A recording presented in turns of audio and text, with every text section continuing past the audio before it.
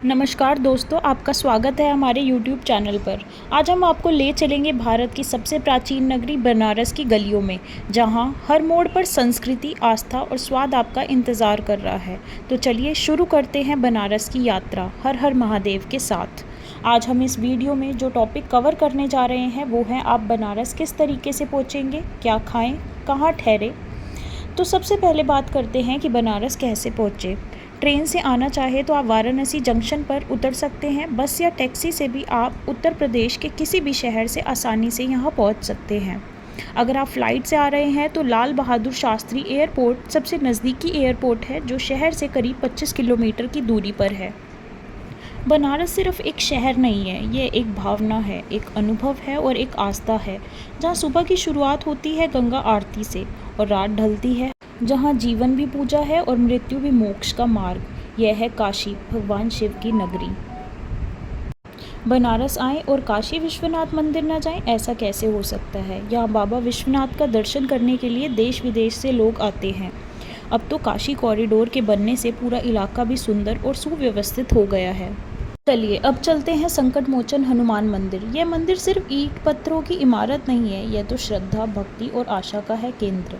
ऐसा माना जाता है कि इस मंदिर की स्थापना स्वयं गोस्वामी तुलसीदास जी ने 16वीं शताब्दी में की थी। कहते हैं कि एक दिन जब तुलसीदास जी 80 घाट पर स्नान कर रहे थे, उन्हें स्वयं भगवान हनुमान जी ने दर्शन दिए।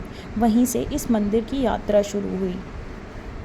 बनारस में बहुत से घाट हैं, लेकिन सबसे फेमस घाट है मणिकर्णिका घाट।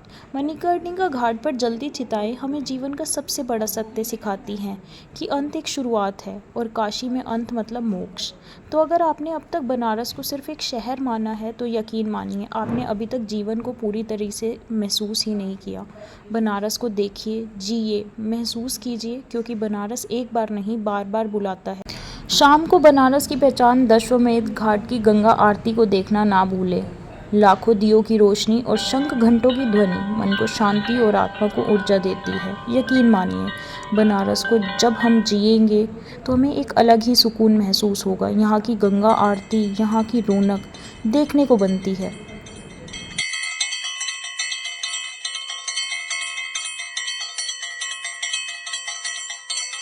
ओम जय शिव ओंकारा प्रभु हरि शिवा।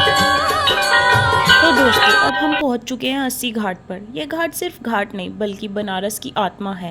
यहाँ सुबह सुबह गंगा आरती होती है और लोग योग करते हैं, और सूरज की पहली किरण के साथ यहाँ की हवा में एक अलग ही सकारात्मक ऊर्जा महसूस होती है। अगर आप बनारस आए हैं और 80 घाट नहीं देखा तो समझिए आपकी यात्रा अधूरी रह गई। तो चलिए अब यहाँ की आरती का आनंद लेते हैं।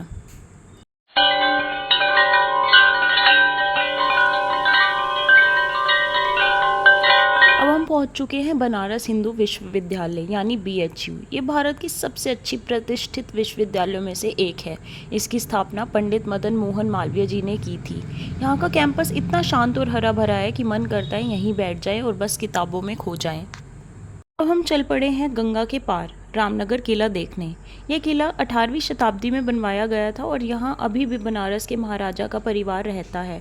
इस किले में एक म्यूज़ियम भी है जिसमें पुराने हथियार, घड़ियाँ, कपड़े और राजाओं की शाही घड़ियाँ भी रखी गई हैं। यहाँ आकर एक अलग ही ऐतिहासिक एहसास होता है। अब हम आपको लेकर चलेंगे एक बहुत ही मशहूर जगह पर, जो कि है द ब्लू लस्सी शॉप।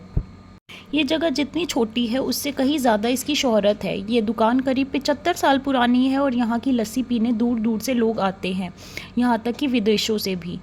यहाँ आपको मिलेगी 50 से भी ज़्यादा वैरायटी की लस्सी, आम, पाइनएप्पल, स्ट्रॉबेरी और भी बहुत सारी। हर लस्सी ताज़े दही से बनती है, ऊपर से ताज़ा फल, मेवे और गुलाब की पंखुड़ियाँ, एकदम कला का टुकड़ा। यकीन मानिए यहाँ बैठकर लस्सी पीना एक आध्यात्मिक अनुभव जैसा लगता है, खासकर जब आप ये जानें कि ये शॉप मणिकर्णिका घाट के पास है। यहाँ हम पहुँच गए हैं बनारस की सबसे फेमस गली, कचौड़ी गली। सुबह सुबह यहाँ का माहौल कुछ और ही होता है। हर दुकान से उठती है गरम गरम तेल की खुशबू और हर प्लेट में बसी होती है बनारसी आत्मा। यहाँ की बनारसी साड़ियाँ भी बहुत फेमस है और यहाँ का बनारसी पान भी। तो हमें आशा है कि आपको ये व्लॉग पसंद आया हो। अगर आपको ये व्लॉग पसंद आया तो हमारे चैनल को लाइक, शेयर और सब्सक्राइब करिए।